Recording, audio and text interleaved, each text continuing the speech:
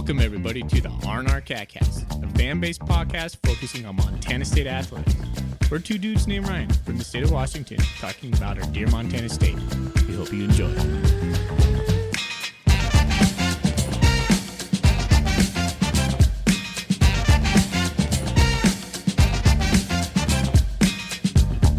All right, welcome back, Bobcat fans. Thanks for joining us on another episode of the R&R Catcast. I'm one of your hosts, Ryan Foley. He's your host, Ryan Thornburg. We are the Ryans of the R&R Catcast, the Montana State affiliate of the Big Sky Podcast Network. And we have a dang sponsor in Gear Up Sports. Gear Up Sports, taking care of all your sporting needs, a youth sports platform focused on solving the uniform and apparel headache for coaches.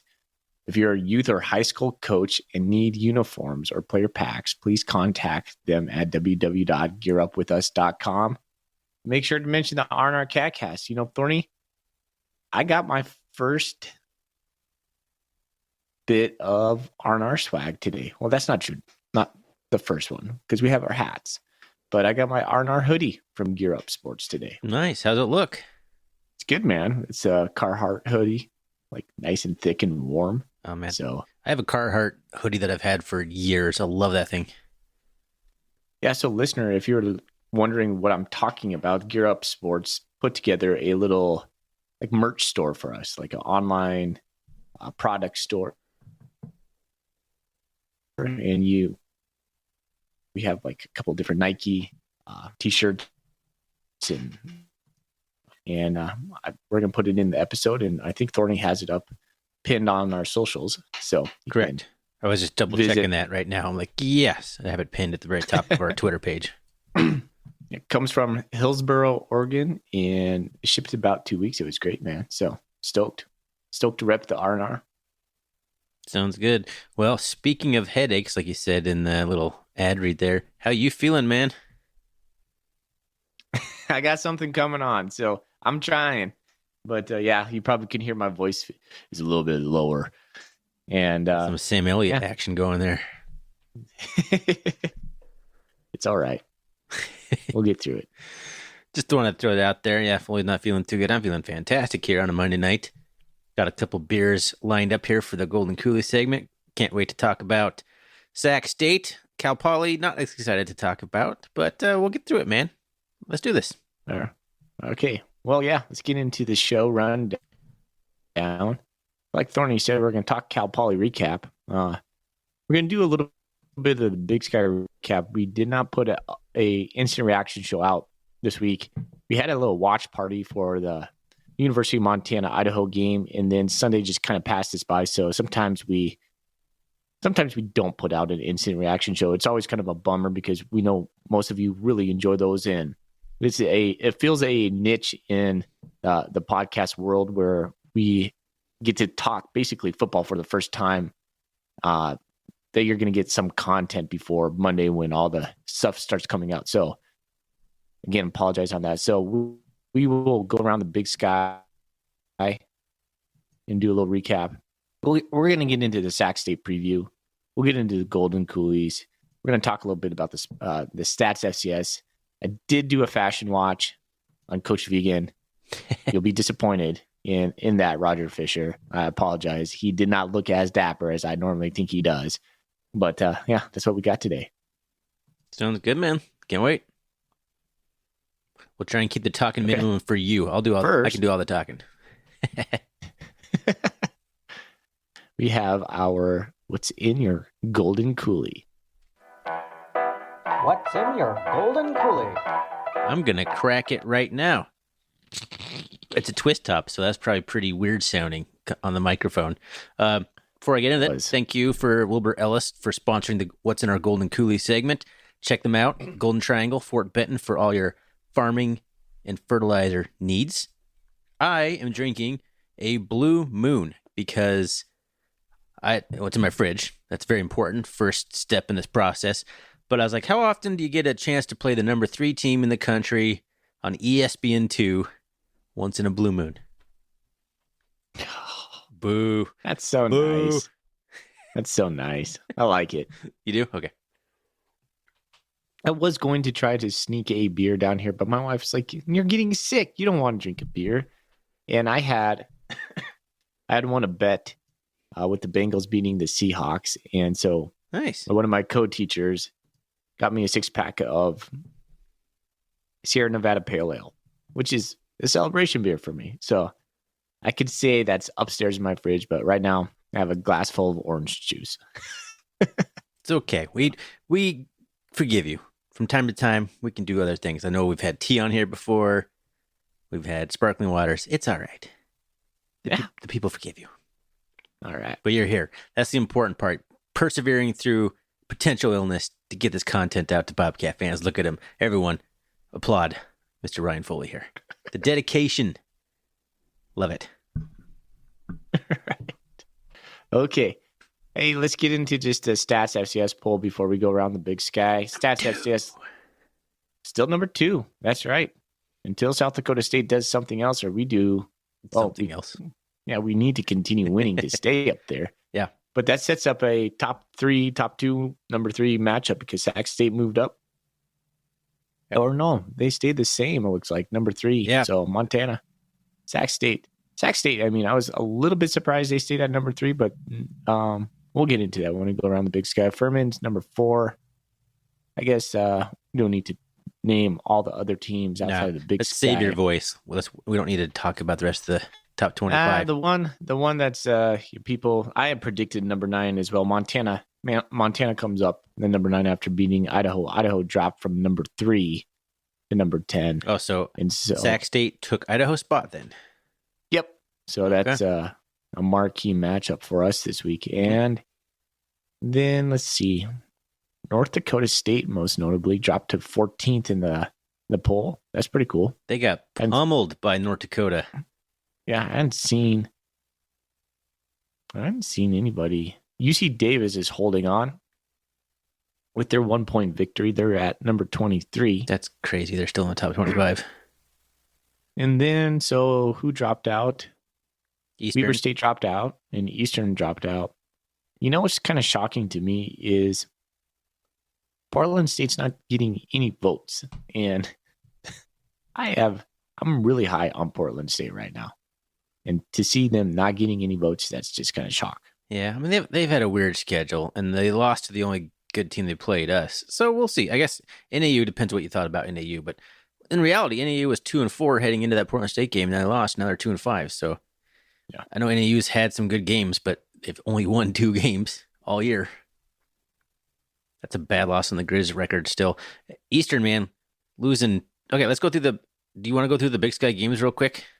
We talked about doing that. This could be a good transition to it, or are we still talking about like the news? What do you want to do here? No, we could go to Big Sky game. I just need to pull it up on my phone. Sure. Here. First game, besides the Bobcat game. Why don't you start us off there, Tony? Yeah. We're having some delays here. I hate it when the internet does this, but here we are. Sac State beats Northern Colorado 21-13.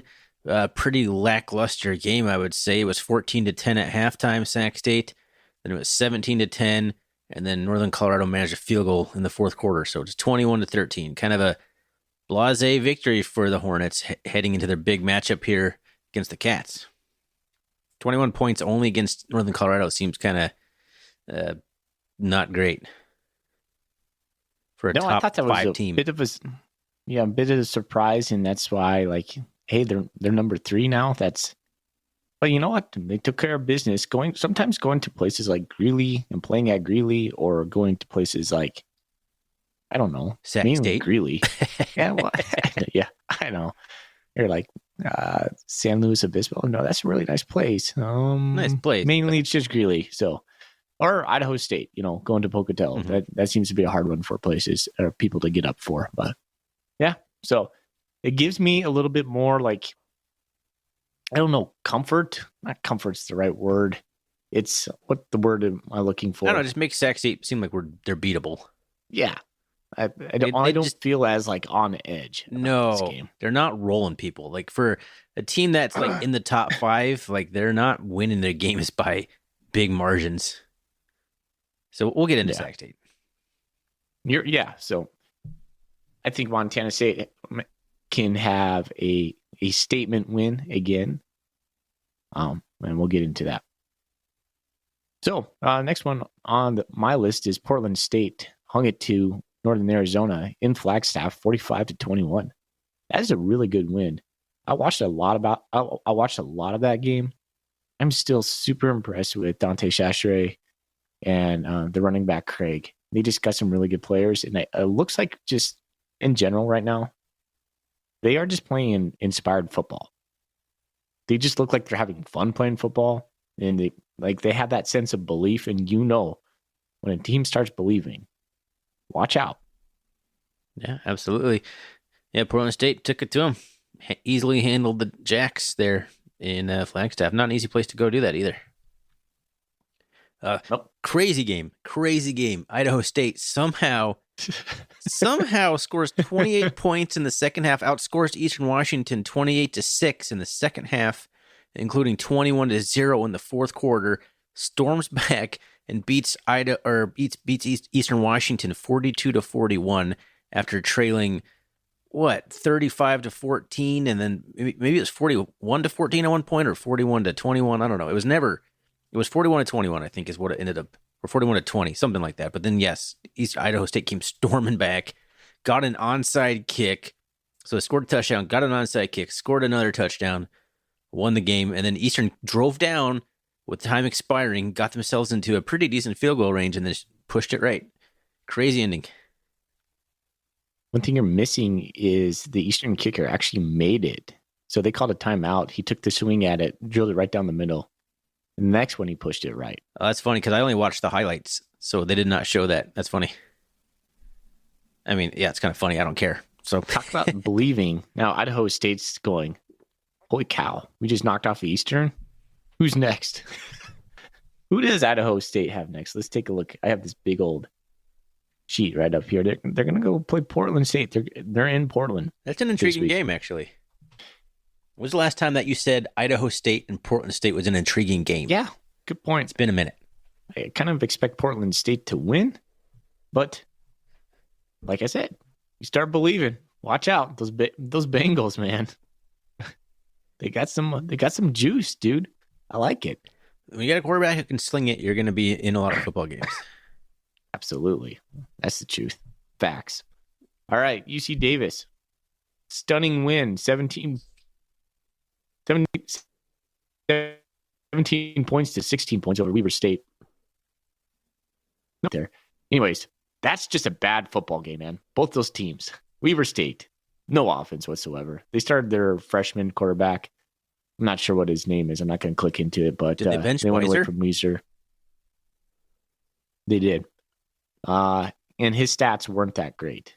And UC Davis, again, I'm just not that impressed with UC Davis. 17-16 feels about right for that game. I didn't watch a single second of this game. 17-16, like all of a sudden, like Weber State's like, we're talking power ranking wise, like I had them at like 9th. They're bad. Yeah. They're bad squad this year, man. Yeah. I might even have them at 10th. I don't know. Maybe. I don't know who's worse. You got like who's playing worse football right now than Weber State? You have Northern Colorado and Cal Poly. That's about it. Yeah. That's about it. No. And the Grizz fans are, they're going to be all spouting. They're like, oh, Montana State, who have they played? Who have they beaten? At the time, Weber was number 8 in the nation when we beat them. I'm going to have that same argument for them when they say, oh, we have a ranked win over UC Davis. UC Davis sucks, man. Like, that's a crappy ranked win if you're touting that, Montana. Now, they went in and beat. Let's just talk about the Montana game right now. They went in and beat Idaho 23-21. We watched that game. Any thoughts on that, Thorny?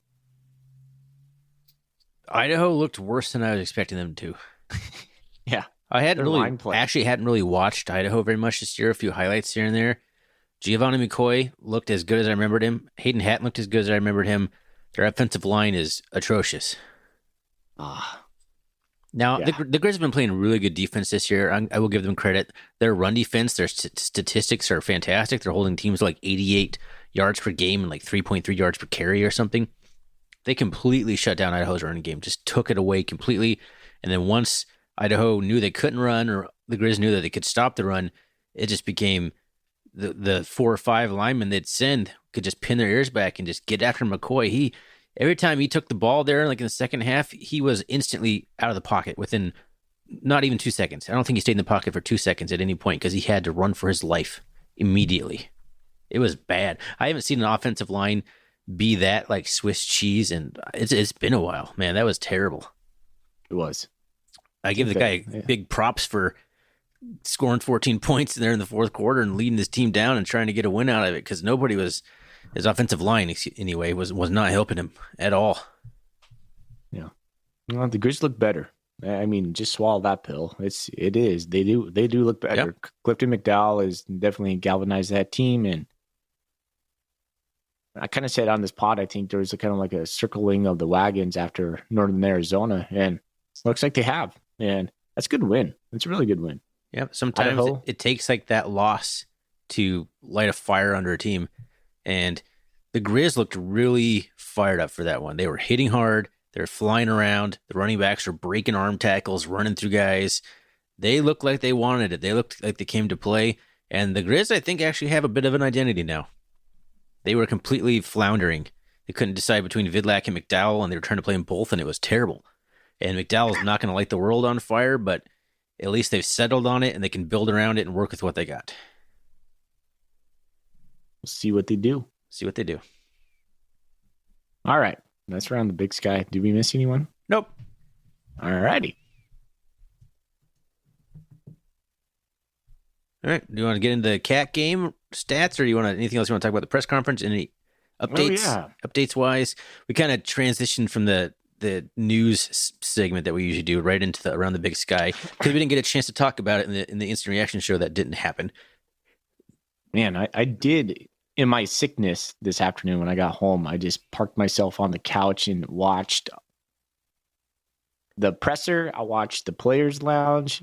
There's some pressers that happened throughout the week that I got to watch. And so I've been taking in a lot of cat content right now, which has been a lot of fun. Fashion watch. This is for you, Roger Fisher. Coach Vegan, he had like a checkered tie on, and he had a blue navy suit, no pocket square. I think that's one thing he could improve upon if we're critiquing his pocket stuff. Square game needs some work. Yeah, but his checkered tie matched. Part of it had the same color. Part of it, the yellow was the same color as his shirt, and the yellow was like a really muted yellow, almost a grayish yellow. So still looks pretty sharp, but. I noticed difference too that Coach Vegan stands during his pressers. Coach Choate used to sit. Coach Choate would bring his card that he had his stats on. The first 8 minutes of the press conference with just him reading off his note cards or looking down. Yeah, pretty much just get it all out of the way before anyone even asked him a question. Yeah, I loved.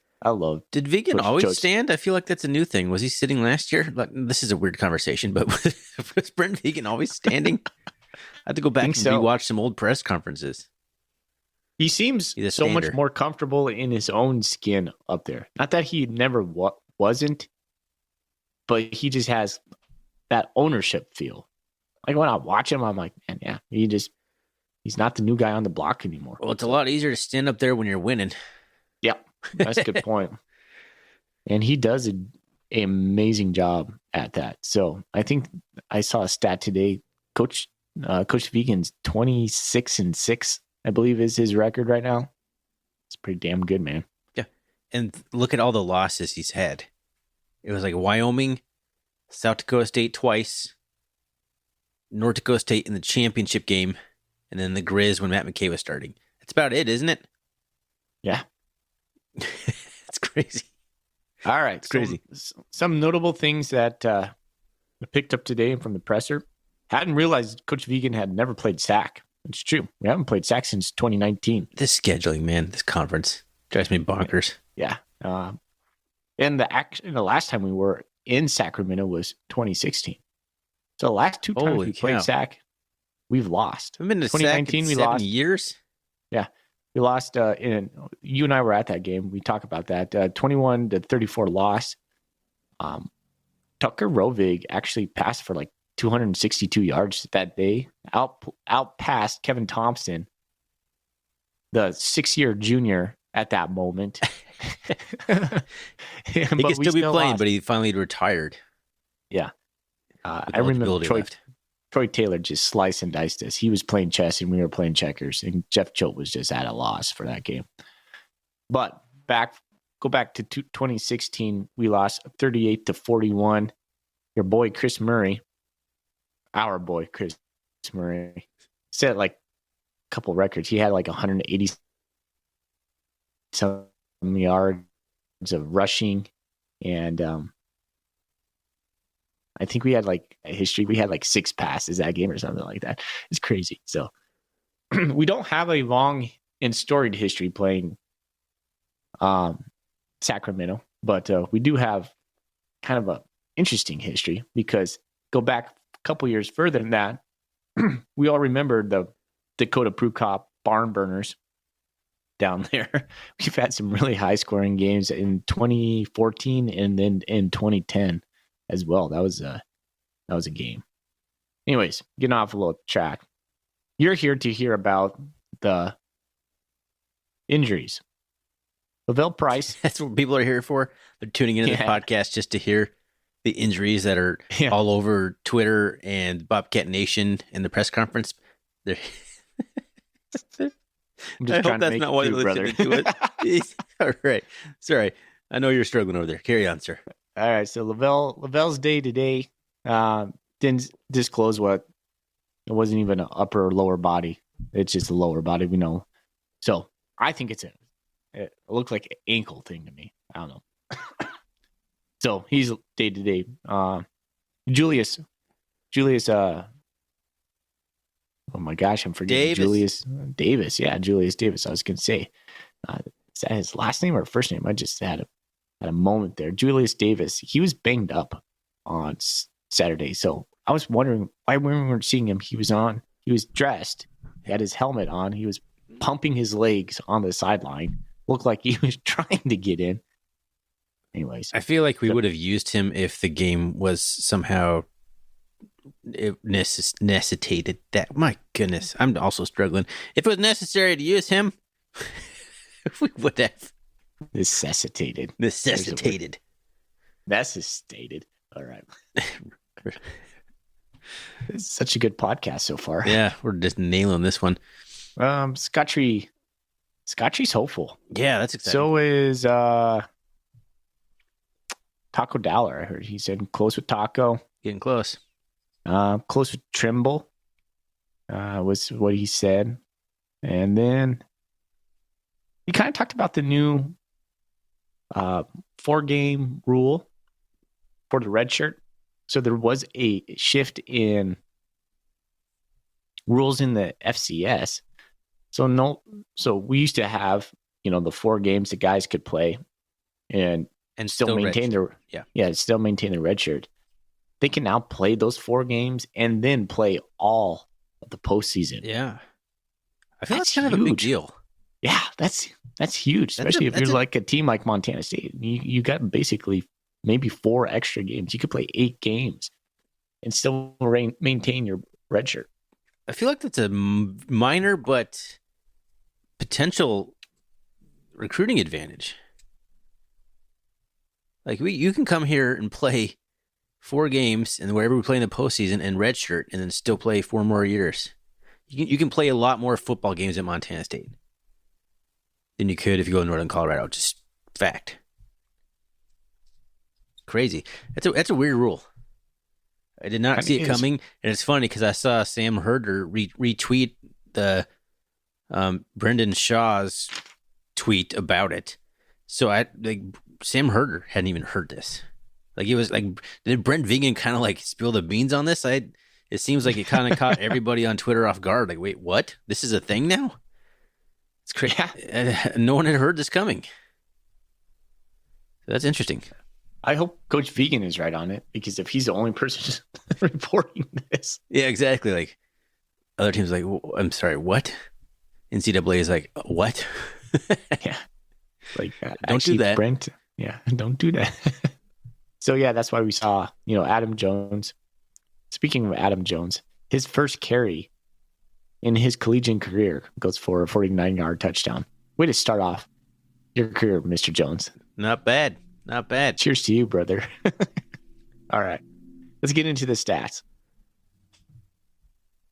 Yeah, that was an awesome carry by Adam Jones. Good to see. Good to see the future of the running back room is going to be really good at Montana State. It's not stopping anytime soon. All right, your Montana State Bobcats handle the Cal Poly Mustangs 59-19 on a beautiful evening. It appears in Bozeman. 25 first downs for the Cats, just 15 for Cal Poly. The Cats were just 2 for 8 on third down. Cal Poly 1 for 13. So terrible. More terrible. Terribler. Terribler. The terriblest. 578 total yards of offense for the Bobcats, just a 306 for Cal Poly. 243 yards through the air for the Cats, 233 for Cal Poly. We out threw Cal Poly, who almost exclusively threw the ball. They had 7 more passing attempts than the Bobcats, and we had more yards, 10.1 yards per pass to just 6 for Cal Poly. So they were dinking and dunking down the field. 335 yards of rushing offense to go along with it for the Cats on 35 attempts for 9.6 yards per carry. Yeah, Road Raider. So we need to get a sound bite in there. We've been trying to do a sound bite, and I couldn't come up with anything. And the Foley's over here like revving up a motorcycle, and I'm like, all right, I'll do something stupid. I regret that heavily. 73 yards of rushing offense for Cal Poly on just 3 yards per carry. So good on the Bobcat defense to hold Cal Poly to just 73 yards. 6 penalties for Cal Poly, 5 for the Cats. No turnovers in this game. That was weird. Although that was really weird. There were some botched kicks that turned into a turnover, so I guess that doesn't count as a stat. But that is a turnover as far as I'm concerned. 31 minutes of possession for Cal Poly to just 28 for the Cats. So Cats were really explosive in this game, didn't control the clock, didn't need to. Cal Poly punted 10 times for 358 yards. That's a lot of punting. 4 times for 196, which gives us an average of 49 yards a punt. That's probably the best punting I've seen a Montana State punter have. So good on sticks. Kickoffs. They kicked off 4 times. We kicked off 10. A lot of opportunities to return the ball. Yeah. Well, all right, let's get in. Not if Brendan Hall's kicking, I guess. Not a lot of opportunities. They usually sail through the uprights almost. As good as our rushing was this year, 335. Last year we had 554 yards of rushing. Ooh. And that 72-28 win. Cal Poly is better than they were last year. Yeah, I would get that. Not by leaps and bounds, but they were definitely a better outfit. All right, so Sean Chambers. He was 7 for 15 for 151 yards and 4 rushes for 91 yards, 3 touchdowns. I think he only has like 8 rushes in the past 2 games. That's something that's really interesting. But like 5 touchdowns. Yeah, he's good for a long one. Tommy Malott got back into the game. He very efficient, 7 for 9 from 92, 2 touchdowns, and 3 for 18. I believe is what my writing says. I'm not sure on that stat right there. Jared White, 14 for 93. He had a reception, 1 for 17 yards. That was a pass from Tommy Malott in the end zone, so he had a touchdown. Adam Jones, 3 for 52, 1 touchdown, 49-yard long. Ty McCullough had an up and down day, but for receiving, he had 4 catches for 119 yards. We finally got to see his speed too. Pretty impressive. The long of 46. And I think he was kind of juiced on that. If he was just maybe a little bit more seasoned receiver, he would have caught that in stride, adjusted for that, and that would have been another touchdown for him. But he kind of left his feet for some odd reason and looked like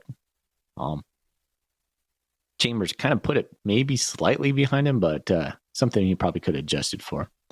Derek Snell had himself a touchdown. Of course he did. 3 for 55, and CT was 2 for 23. Aiden Garrigan had 2 catches for 20 yards. Brody Grebe, Nolan Askelson, McCade O'Reilly, Ben Seymour, Eli Abbey, Blake Schmidt all had a tackle for a loss. Askelson was actually 1.5 tackles for a loss. I don't know how you know how they do that.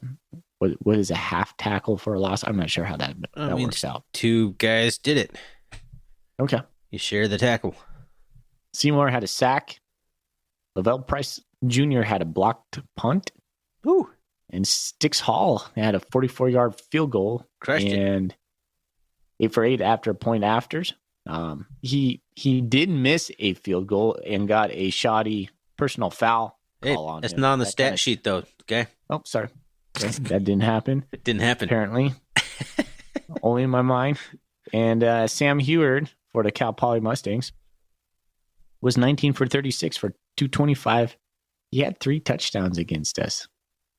That stat line's not bad. 19 to 36, 225, and 3 touchdowns. That's not terrible. The completion percentage is not great, but other than that, not a bad day in the office. I was impressed by him. Yeah, me too. I was worried about him, and rightfully so. He looked good, man. That one where he scrambled out to the left and then got hit by Valdez right as he was throwing the ball, and in true Big Sky Conference fashion, the camera stayed there and we didn't see what happened. He threw a nice ball, hit a guy in stride to the corner of the end zone. It's a really nice pass. Cal Poly did something really impressive. They just had one read, and they were just getting the ball out. Well, yeah, because they knew that fast. Heward was going to get killed if they tried to have him sit back in the pocket for more than 2 seconds.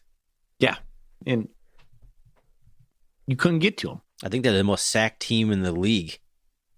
And how many sacks do we have? No, they're not. Montana is. I was looking at that stat today. Well, maybe it was before the game. I just know Cal Poly was up there, I thought. But either way, yeah, they were getting the ball out of his hands quick to avoid that problem. Yeah, negated most of our pass rush. So, yeah, they didn't let anything develop because they couldn't. So it was just like snap, look left, fire. Snap, look right, fire. And they did pretty good with those. But knowing that, and knowing that they passed it, 39 times, pass-heavy offense, pretty good job from Montana State. Yeah, just 233 total yards for the 2 quarterbacks. Bo Kelly came in there at the end, but, doesn't really count. Yeah. All right. That's the stats, right? Done? Stats. Stats. Brought okay. to you. Yeah, brought to you by nothing. Brought to you by Thorny making terrible fake noises. Okay. So, this game was a weird game.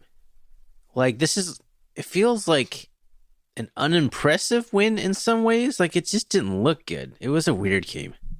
Yeah. It was great having Tommy back, so we need to talk about that. That's a key thing to take away from this game. Tommy came back, 7 for 9, 92 yards, 2 touchdowns, looked great throwing the ball.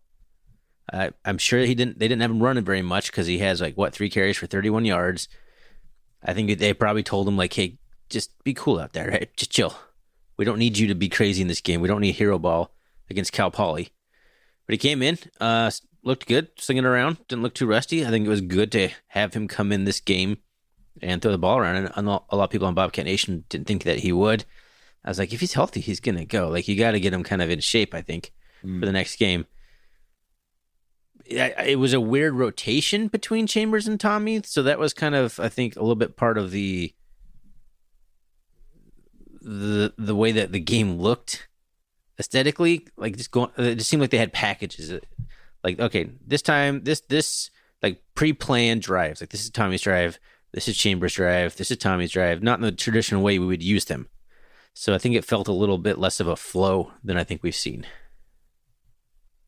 Gotta wonder what Montana State plans on doing with those guys going forward.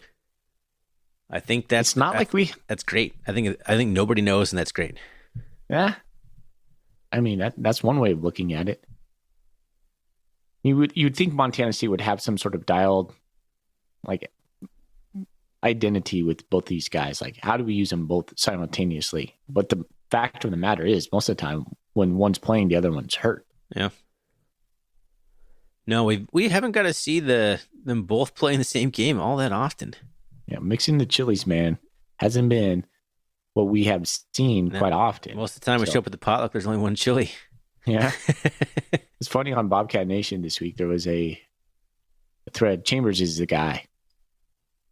You still feeling like that? So I still think it should be both. I just feel like it should be Chambers gets more snaps. I felt like Chambers, they like early on the first series when Tommy came out and there was those blunders and we went 3 and out. Chambers came in second, and then we just started rolling. And then Chambers basically took the reins until the game was in hand, it felt like, and then Milad had a couple series in there. Well, I had a nice 2-minute drive there at the end of the first half, I think. Yeah, he did. And he had that nice pass to Jared White in the end zone. I'd like to see him put a little bit more air. Like, his passes are very low trajectory. I don't know. What do you think about that? First of all, is Jared White the best wide receiver we have? That's not the first time this year that he's gone up and stole a ball away from a defensive back. Yeah. These guys have really good hands. Yeah, he does. I don't know. You could see that the team had gotten used to, and it was well oiled with Chambers in there. But if you're going to work if your Tommy's in your plans for the rest of the season, and he obviously is, and he should be, then you got to work him back in at some point. So might as well do it against Cal Poly. I feel like this was a game where the Cats just kind of worked on things. They worked on getting Tommy back. They worked on keeping Julius Davis healthy. They threw the ball maybe more than we've seen. Our buddy Zach, what did he text us at some point? Like, we're an air raid team now. Yeah, slinging the ball over the field. I don't know. I feel like we didn't give a lot away in this game. We just kind of worked on some things that maybe we wanted to work on. That is a much better opportunity to do it here than it is in practice. And maybe that's just why it looked so odd, because you can, no disrespect to Cal Poly, but you can beat Cal Poly kind of just doing whatever you want in a way. So maybe that's what happened. I don't know. Yeah, I want to talk a little bit about the running game a little bit, and just a quick comment on yours. Like, you mentioned that on Saturday. I was like, maybe Montana State is playing to figure some stuff out now. And Sean Chambers, in his presser today, the one that 406 puts out, and they catch him on the field after practice. They're like, yeah, we've been trying to work on our passing game for the last two games, and so I didn't think they were going to. I didn't think they were going to throw the ball. I was like, last week I was like, they probably won't throw the ball 10 times. Come out, throw it 24 times. That's throw 10 straight times. Yeah. So it caught me off guard. But well, we're working Taimakola in too, which is a big thing. A big part of this game was kind of the emergence of Taimakola. Up and down, like you said, but a deep threat, man. Like, there was multiple times where he just blew by his wide receiver, or his defensive back, just blew by him. Easy peasy. I just want to see him catch it in stride and just take it to the house, because he has that potential written all over him. I want to talk a little bit about the rushing, though. I was not terribly impressed with our rushing. And you're going to be like, Foley, we rushed for 335 yards. Yes. And I'm just going to read some stats. Jared White had 14 carries along with 24. Let's see. Sean Chambers had 4 carries with a long of 64. Adam Jones had 3 carries with a long of 49. Elijah Elliott had 7 carries with a long of 10. Tommy Malott had 3 carries along of 27. Garrett Kuhn, good to see him again. He had 1 carry that went for 28 yards. Jordan Reed had 1 carry for 17 yards. Derek Snell had 1 carry for 3 yards, and Ty McCullough had 1 carry for minus 17 yards. First play of the game, baby. Yeah, that was real good. It was bad. So I read those stats, trying to make the point of big plays are there for sure. I didn't see a lot of 5-yard runs where we're just picking up a first down on, hey, we're at 2nd and 6. We need 4 yards. I didn't see a lot of first down runs. And that just kind of concerned me a little bit. I was like, maybe you weren't trying them. I'm sure we could have got them. I just, that's what we should go to when it's 2nd and 4. I don't know. Yeah, I don't know. I just think they tried to work. Am I being nitpicky right now? I think you're being a little nitpicky. I'm not sure anybody. Yeah, all right. I'm not sure anybody's takeaway from this game is that the Bobcat running game wasn't as good as the stats would indicate. It's hard to say that a game where we rushed for 335 yards, which includes a negative 17 yards from McCullough on like 9.6 yards per carry, wasn't dominating. I'm just saying, outside of the big runs, which seemed to be kind of the case for this game, the home run hits, we just didn't have a lot of 5-yard runs. And I appreciate a good 5 to 7 yard run, just clock chewing, soul taking 5 to 7 yard runs. Like, hey, we're gonna pick up 5 on here, and there's nothing you can do about it. I didn't see a lot of that, and I wanted to. Yeah, I mean, I guess I could see that aspect of it, but that I think it's pretty nitpicky. Okay. Huh. But I just had to air it out because it's been bothering me. Yeah, something to keep an eye on. Something to see. Is Fully honest something here, or is he just has he had too much Theraflu today? Or it's the orange juice talking. Watch out. Is there anything else in that orange juice? No. I know there's not. What else do you want to talk about this game? Not much, man. It's special teams problem. Yeah. Problem. So yes, Brendan Hall did miss that kick. A pretty short kick. What was that, like a 30-yard field goal? Yeah, it's right down the middle too. I'm still thinking Casey Kotzman should be kicking our place kicks. You don't know if he's any better. I do. I feel it in my plums. Okay.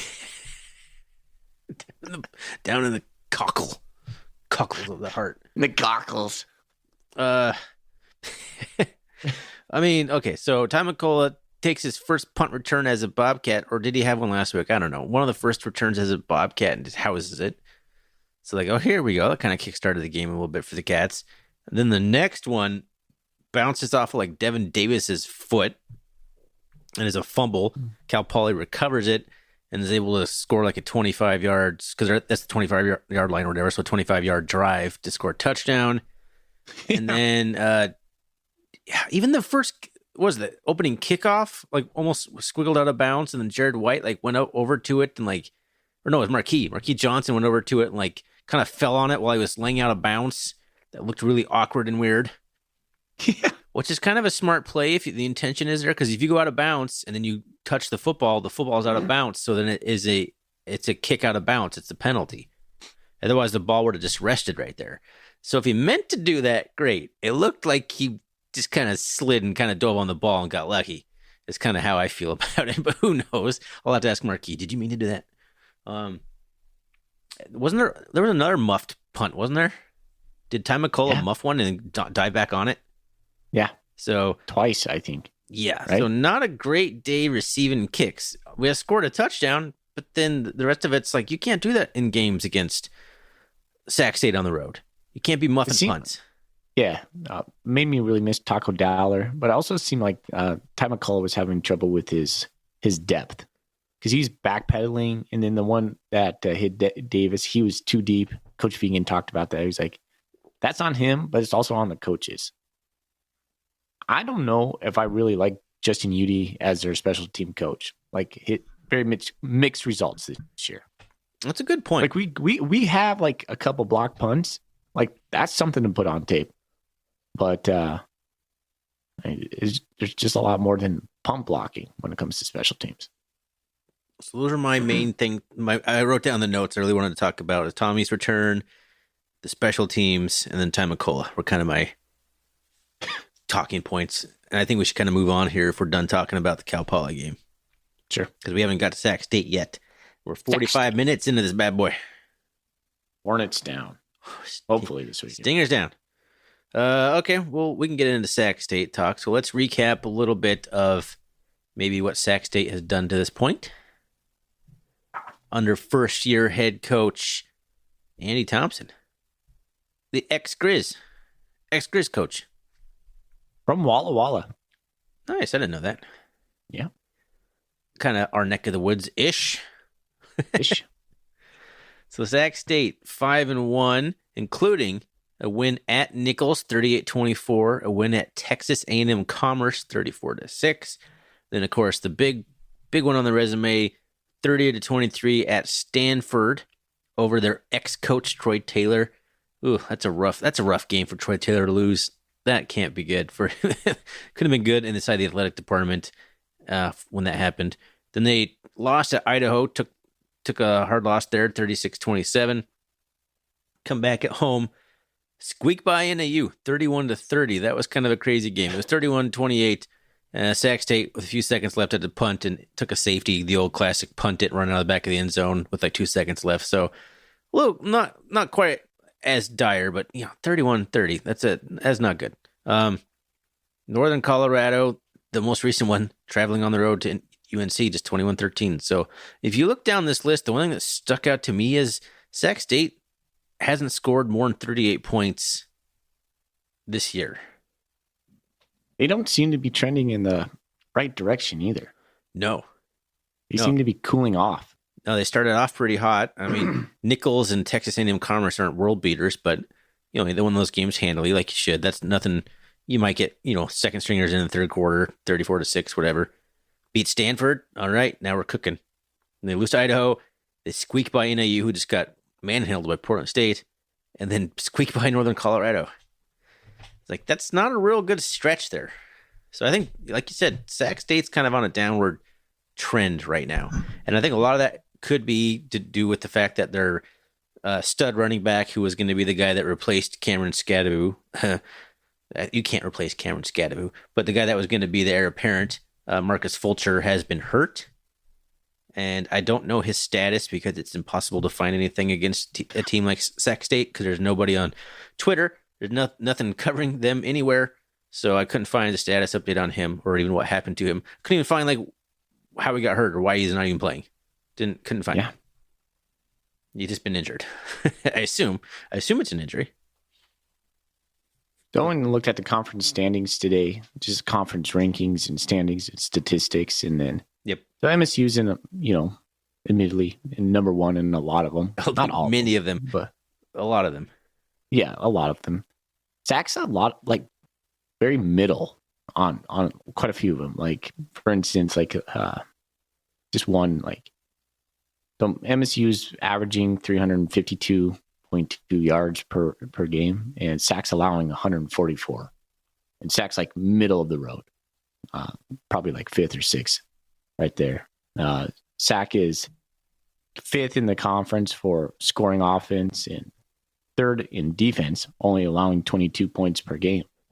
So that was about as good as it got for them, though. Third in the conference in defense. Yeah, I think their defense is playing pretty solid. So I do think that's one thing that they have been pretty consistent at. Idaho kind of torched them, but Idaho has a pretty good offense. I mean, the Grizz made them look pretty pedestrian, but when McCoy gets going and Woods, their running back, gets going, they're really hard to stop. So other than that, I think Sac State's played pretty good defense, but they don't have like it could be the coverage and I just haven't paid as much attention to them, but they haven't had the guys, like the star players that they've had. Because they had the guy who won the Big Sky Defensive Player of the Year last year, is it Mapu or, what I'm talking about? You got drafted, he's playing in the NFL now. They don't have a guy like that on defense. I mean, maybe they do, but like I said, I don't really know. But then the Cameron Scadaboo is gone. They're the two quarterbacks they had, Dunaway and Asher O'Hara. Is that the other guy? Mm-hmm. Good job. Nice. The dual quarterbacks they've been running, so they're kind of not doing a dual quarterback thing anymore. So that's kind of interesting there. So Sac State's changed in a lot of ways. They don't have the star power. Troy Taylor's gone. So are they kind of riding that momentum from last year a little bit right now? And it could be coming to an end. We'll see. You have a pretty good quarterback in Caden Bennett. He's a junior. Yeah, I like his game. Yeah, he has 10 touchdowns on the year, 6 in the conference. He's a little bit like a dual threat, but not, in my opinion, as dangerous as Sachere was. No, he doesn't have near the big arm. Sachere has a big arm. I was watching some highlights of Sac State today. Bennett does not have a very good arm. Okay. He kind of throws floaters. Like he doesn't have a real strong arm. He doesn't go deep with it a lot. Even the passes he throws out to the flats kind of hang in the air. So I think he throws a lot of short passes. He's got 65.8% completion percentage, so he's pretty accurate. And they're doing little short passes over the middle and stuff, and letting his receivers kind of make plays. So I mean, he is a big threat to run.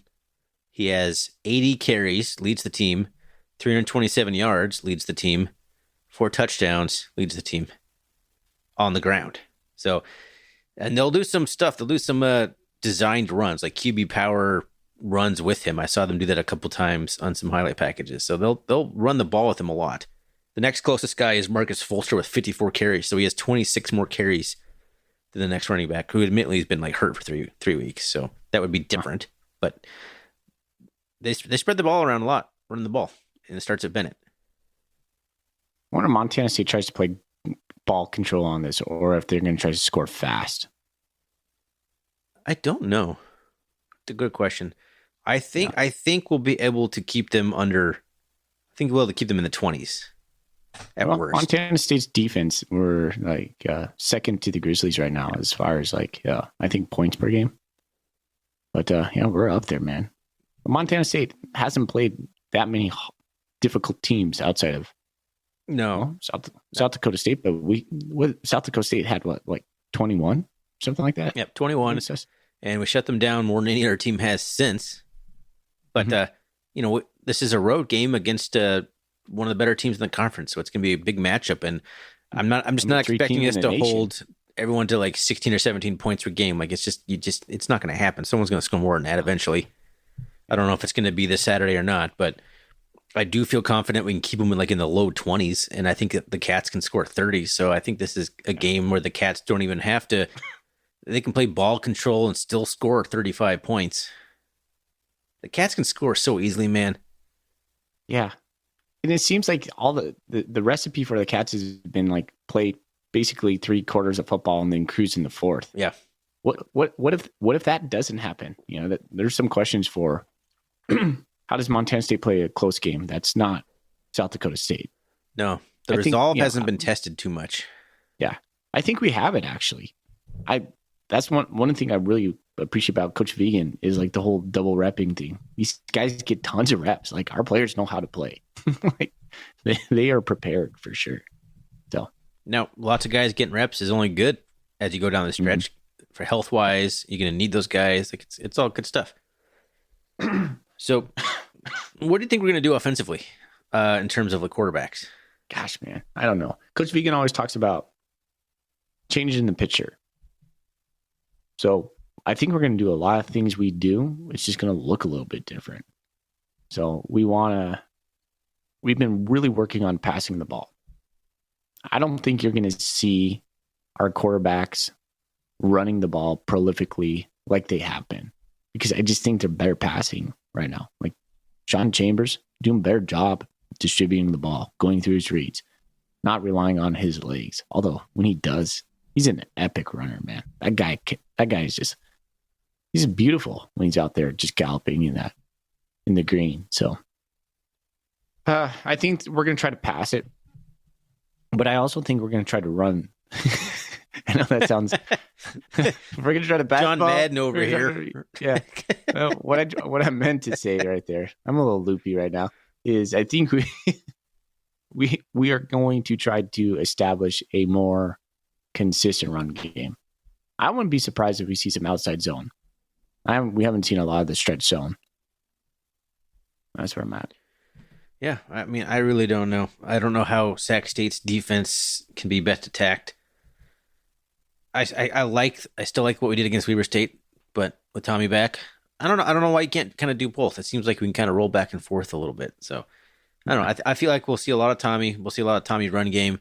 We'll see a lot of Chambers probably running more than he has been. Probably back to the Chamber run game. I think it'll be kind of more of what we're accustomed to for better or for worse. I don't know if I agree with that. I'm not saying it's going to be Chambers' goal line up the gut all the time, but Chambers probably won't end up with 10 passes in this game, I doubt. See, I think he will. I think the emergence of Ty McCullough is going to be kind of a game changer. I mean, if we got like Ty McCullough and then eventually like Taco comes back and we got some guys that can just take the top off the defense, Chambers has the arm for that. Tommy doesn't really have that big of an arm. He doesn't have a bad arm. Tommy doesn't have a bad arm, but Chambers has a cannon. Yeah. It's a little bit different scenario. He's been looking better as a passer lately, too. Who? Chambers? Yeah. Yeah. Oh, I'm always a little bit nervous his first couple passes because he sits there in the pocket, stamping his feet. And you're like, oh, man, he's going to unload like a howitzer. He's just going to sail it 20 yards over the receiver or something. But he's got some more touch. He needs to learn more touch still. Yeah, they're just rockets. Like he avoids interceptions sometimes because they're so friggin' fast that defensive backs can't even catch it. So that's one way, I guess. All right. Okay. I don't have any other closing thoughts on Sac, man. We can move on to Golden Coolies. I think it's going to be a great game. It's the ESPN game, so it's going to be late. But it's cool to be on ESPN, man. ESPN 2. It's awesome. Yeah, we're going to be the shine. So like, it's just something that doesn't happen. Like, can you imagine, like, 10 years ago, 15 years ago, saying that the Cats are going to have football games, regular season games on ESPN? That is crazy. What else is crazy to me is the fact that if we win, it's still only 6 wins for us. The season feels long. I keep waiting for us to get to that 7-win, 8-win mark. We're not even. We only have 5 right now. Yeah, I mean, we need to go win through. We got some games left to play. Let's some win. Like we got some tough games left, man. Like we're just getting into it. Yeah, the next 2 weeks, man. It's full go, full send. Next 2 weeks. All right. Well, one at a time. Move on to the Golden Coolies. Let's do it. So we got our buddy Alec Nice on Twitter. What's up, Alec? This is a good one to transition to what we were just talking about. He wants us to rank the BSC, the Big Sky Conference schools, from best to worst to host national TV. If all teams were equal on the field, who would you want hosting the national TV games for the Big Sky, taking into account anything you want to, except on the field performance? So like stadium, attendance, fanfare, location. I mean, if it's not the Bobcats, there's really only one choice, right? I'm not going to say it. So I'll say Weber State then. So Weber State, I think, has a really cool venue. And when they fill it up, it's a cool spot. It's a cool stadium.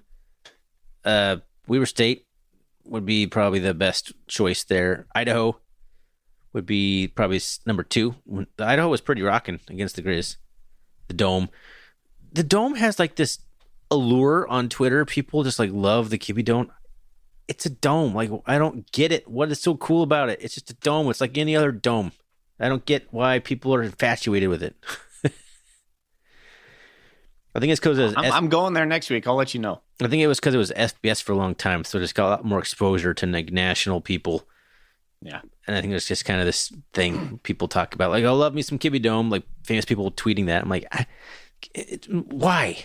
Why? Famous people are tweeting that? Who's famous? Like besides Mark Schlereth. Yeah, I don't know. I'm just saying, like, it makes the rounds. People have this kind of enduring love for the Kibbie Dome, and I don't get it. But I'd probably put that because they're the second biggest fan base. I mean, you want the stands to be full and loud more than I think anything else if you're doing this showcase for the Big Sky Conference.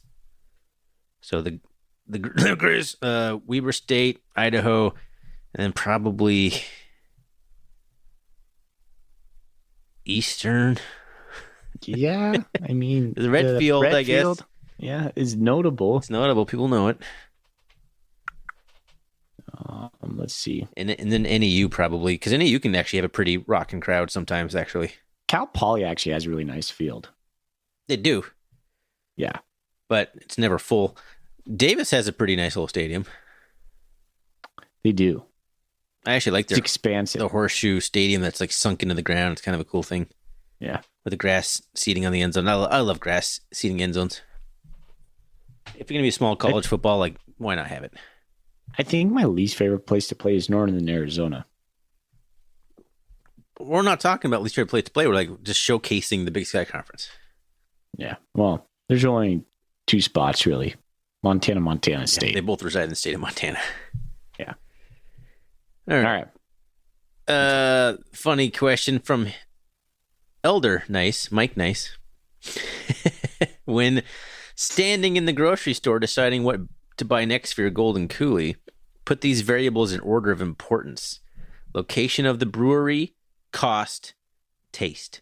Optional, assign a percentage to each one that totals 100%. I'm probably going to skip the optional one. I'm going to put a D in here, Mike. You've listened to this podcast long enough. You should know that I pick beers based on name. I try and pick a clever name that has something to do with our upcoming opponent or something. I've bought IPAs that I would never buy in any other circumstance because it had a good name for what I wanted to drink on that episode. That is variable number one over here. Other than that, taste. Cost is the last one because all beer is expensive at this point, for crying out loud. I would agree with that. A 6-pack is either $11 or $12. What's the difference, I guess? Taste is number one for me. If it comes from a cool brewery, number 2. Cost, number 3. I'll put a number 4 in here. Alcohol content. Like if they're like 7% or more, I've never had one on this because I'd be like, my head would be bobbing. You'd be like, messed up. Yeah. I don't do well with that kind of stuff. So got to kind of keep them light, Mike. You know that. But I'll never forget. Mike still told us that one day. We have face for podcasting. Yeah. Thanks, Mike. Cheers. Yeah. Thanks Cheers for to you, listening. Mike. All right, what else do we got? Let's ask some more pertinent questions, maybe. Adam Hegland, sorry if I mispronounced your last name there. With the new redshirt rules, the postseason doesn't count. Who would you limit to retain a redshirt besides Humphrey because that's already been covered? Crazy thought, Tommy has only played 3 games this year. So could you technically, you could redshirt Tommy. And I think that would have been a more pertinent conversation previous to Cal Poly. Like if they kept him out of Cal Poly, then he could still play, 2 more games? And, I don't know. If and then play the entire duration of the playoffs. Yeah. It's tempting to think about, but it is. It is. I like it. I like that outside the box. Other than that, you did kind of dig deep. Who has red shirts left? I don't. Yeah, know. quite a few guys he actually talked about today. Like Colson Kuhn is a guy that's getting some play on special teams. Brody Greeby's brother Bryce Greeby is another one that's gotten a little bit of play. That they are thinking about preserving that. Let's see here. The hard part with this question at this point, though, is we're coming in the meat of the schedule, so you have to have like all your dudes. Yeah. If it would have some been, guys, like like freshmen that. Sorry, I was going to say just a guy that came to my mind that it's not going to have his red shirt. Andrew Paldrell. He's a freshman that's played right away. He's played in all of the games except the second one.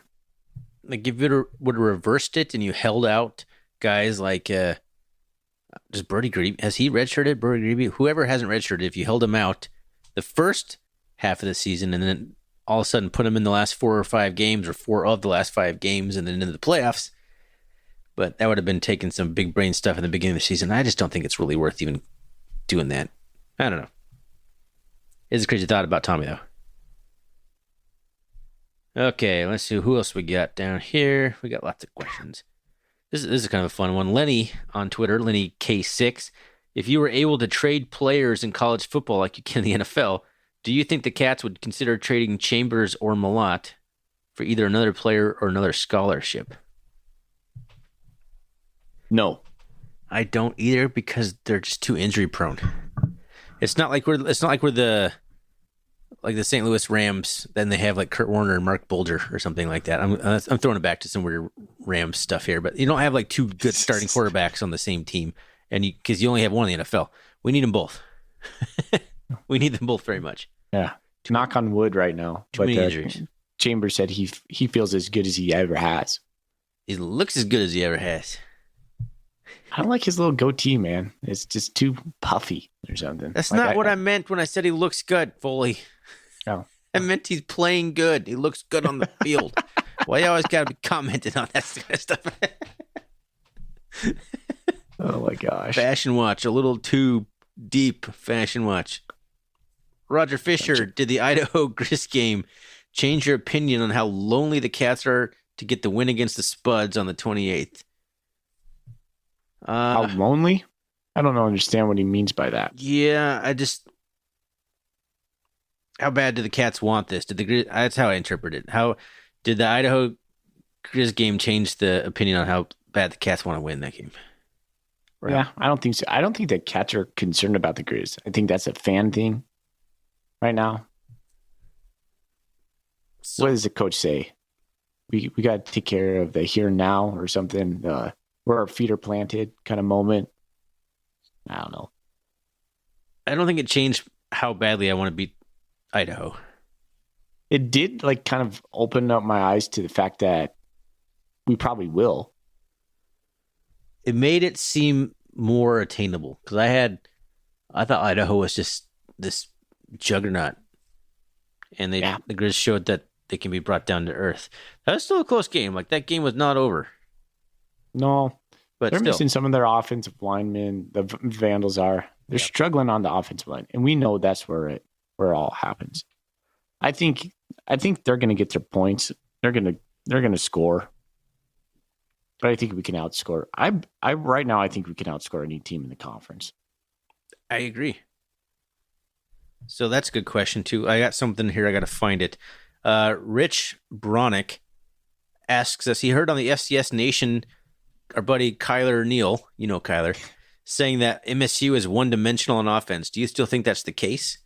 Gosh, is Kyler just full of hot takes? What the hell is he thinking? I don't know. I haven't listened to the FCS Fans Nation podcast that he apparently mentioned this one. And this is the least one-dimensional the Bobcats have looked since Rob Ash.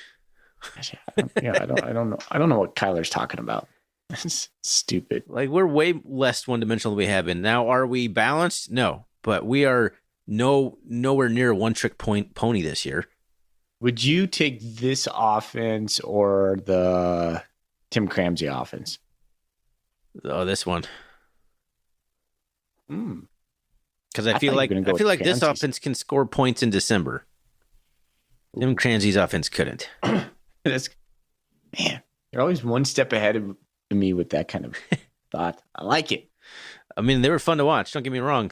Scoring 70 points a game. Problem is they were scoring 50 points a game and losing. Anyway, that's not really the offense's fault. I wasn't talking about the defense. Yeah, I'm just saying, like, it didn't matter they were scoring points. But, okay. So we have differing opinions on Chambers and Tommy here. Joshua Eckert asks us, well, in his personal opinion, the offensive passing attack seemed to have flattened out when Sean was starting during the first half. Then when Tommy came in, the passing attack became much more explosive. Do you think the true strength of the MSU offense is having a change-up at quarterback? It's a nice thing to have. If one guy is struggling, you can bring the other guy in and kind of kickstart a little bit or do something a little bit different. So I think it is a strength in that regard. But I'm not sure I agree that the passing attack flattened with Sean there in the first half. Yeah. But I do think it's that we haven't really talked about, and I just came to mind, was the fact that Montana State has done this with two quarterbacks. Like, it's not a huge thing that when we switch up quarterbacks and they have success, the fan base is used to it. The players are used to it. It's, predictable. So that in itself is a plus.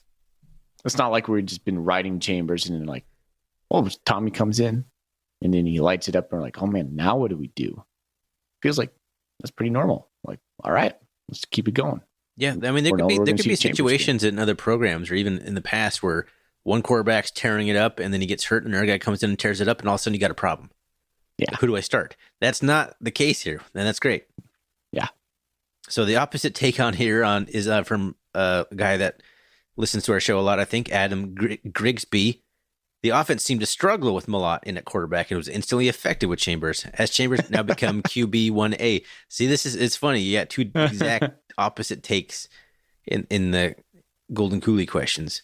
But the main question is Chambers now become QB1A? I mean, I think we've kind of beaten that horse to death a little bit. Okay, so here's a question that kind of mirrors that question, and it'll be a little bit more concise. Game on the line. Who do you want?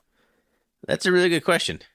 And I would have said Tommy, but I really liked the game on the line that I saw from Chambers against South Dakota State.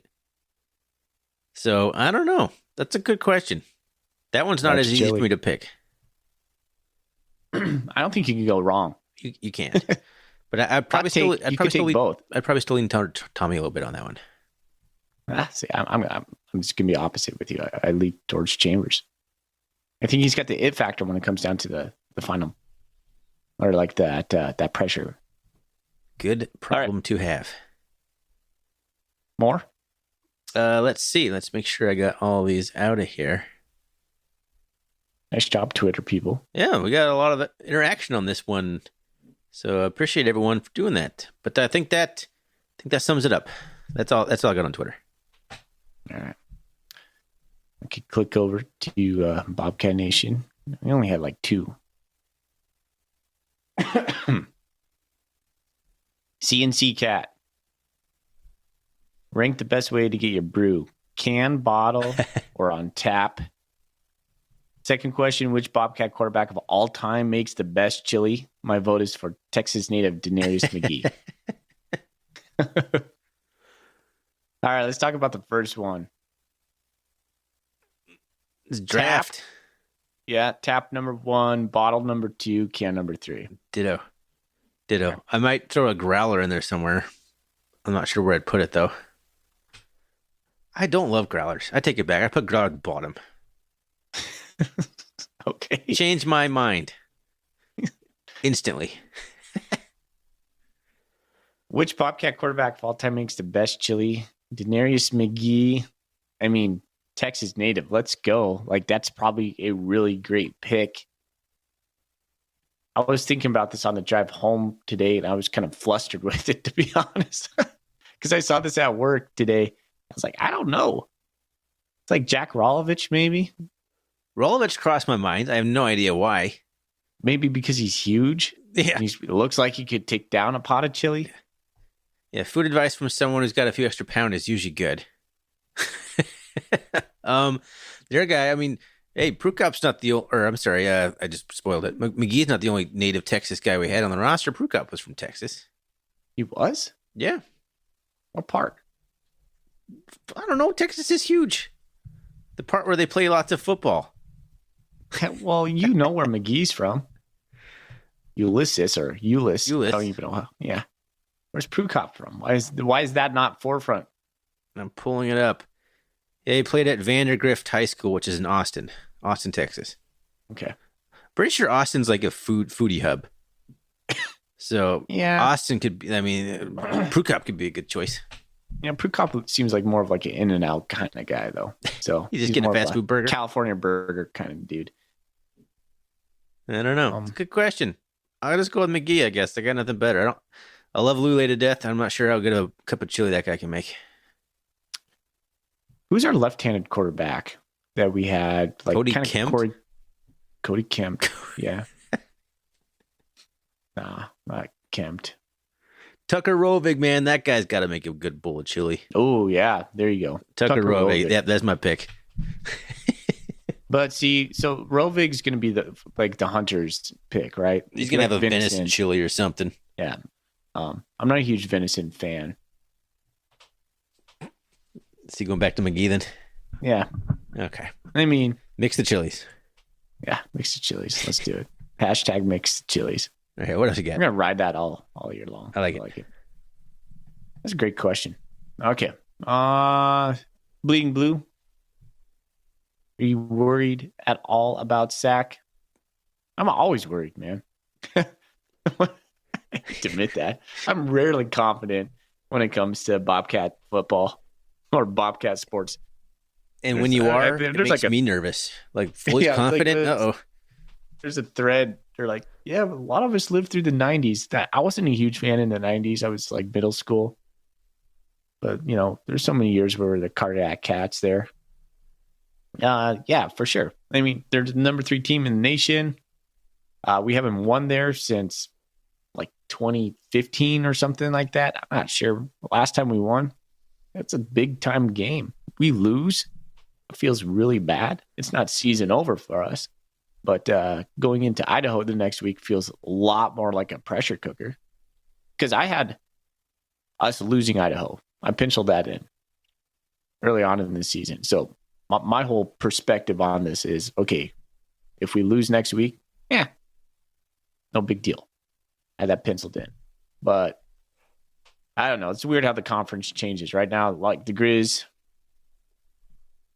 Well, the Grizz actually seemed to me about what I thought they would be. They were less than what I thought they would be, like early season, and now they're back to what I thought they would be about, preseason. We'll see what happens with them. Eastern, after Eastern lost to Idaho State, I'm not too worried about Eastern game, to be honest with you. The Northern Arizona game could be hard. I think there might be a little bit of a letdown after playing the next 2 weeks, and then we have Northern Arizona come in. I don't like playing Northern Arizona. What was the question? Yeah, I kind of went everywhere on that. He says, "Are you worried about Sac State?" I basically gave my worry of all the teams. I just went on for it. I'm worried about Sac State. It's a road game. It's on ESPN2. It's got the bright lights shining on it. The thing is, the Bobcats now easily control their destiny for the 2 seed, if not the 1 seed. But if the Cats win all their games, you're guaranteed a 2 seed or better. Yeah. So there's pressure because I want that. We need that if we want to get back to Frisco. I don't want to go on the road. Big Sky Championship too if we win all of them. Yeah, and I think that's motivating for the Bobcats. Mm-hmm. So I think Sac State in particular kind of spoiled the co-champion year or whatever, or Sac State won it that 1 year where they didn't even play each other. So I mean, might be some motivation there amongst the players that were from around that time. But I don't know, it worries me, but honestly, not as much as it would have worried me with Troy Taylor at the helm. Yeah. We don't ever give predictions, but I could see Montana State coming out on this game and winning like 40-21 or something like that. But I also could see it very close. Yeah, we gotta get back on the. We gotta figure out what we're gonna do for the rest of the season with 2 quarterbacks, and we gotta get that rolling now. It starts now. No more farting around. No more farting around. That's what happens when you mix those chilies, though. Hey, well, if you're from Texas, there's probably not going to be beans in it, so you're probably fine. They don't put beans in their chili. That's like you said, it's a good problem to have because Sac State doesn't know. They're like, okay, what do we prepare for? It's hard, man. A lot. We've shown a lot of things this year with a lot of different looks and a lot of different personnel. It's got to be tough. It does. Because we've done it all well. Yeah, and we make one thing we do well on top of that is changing the picture, making it look different, keeping like what we do. Oh, and Julius Davis is going to be back. Can we just give a shout out to our tight ends too? How badass those guys are. How did I not mention the tight ends again? They've been playing out of their minds. We're using Derek Snell all over the field. What are we doing? Losing him next year is gonna be like both Pickering and Snell. Like those guys, they are the magic elixir. The Cats are a pretty young team. That's going to be tough. Those are the 2 seniors that are really going to kind of, oh man, how do we replace them? Yeah, but if you're Montana State and you go show a potential tight end or like maybe even a drop down and go, you want to do this, you want to go ball out and just be complete badasses, come to Montana State. Yep. Okay, man, I love it. Okay, I don't know who to pick. There's so many good questions on there. Well, I like the one about what quarterback would make the best chili. Okay, CNC Cat. So we could do CNC Cat. Woo! Yep, let's do CNC. All right. I feel like we just award it to funny questions all the time, so eventually we're going to pick like a good question. Although we do some thought-provoking actual football discussion questions from time to time. I just don't want it to be like Just send us silly questions and we'll pick you. But that was good. I like that. Made me think a little bit about, because it's building upon our chili momentum that we're building for some inexplicable reason. Cody Kemp to coach for us for a little bit. He was, yeah. He was the quarterbacks coach for at least a year, possibly a couple years. I think he might have been coaching like Denarius McGee or the wide receivers. It might have been wide receivers coach, but he was a coach a couple of years. Okay. It's gonna be weird playing Tucker Rovig against Tucker Rovig when we play Idaho. Is he still on staff? Pretty sure. Maybe not, but I don't know. Anyway, random. Anything else you want to talk about here? No, I'm gonna go rest my vocal cords. Yeah. Go to bed, man. You did a great job. Good job persevering through it. Woo! Go get some rest. Heal that throat up. Thank you, everyone, for listening to our rambling podcast here. Anywhere from chili to Lord knows what. We appreciate you guys listening. Shout out to Gear Up Sports for being our sponsor for this year. Shout out to Wilbur Ellis for sponsoring the Golden Coolie segment. You can find us on Twitter, RRCatcast, the web, rrcatcast.com, bobcatnation.com. You can find us there too. Boy, let's get out of here. Go Cats. Go Cats. Go Cats.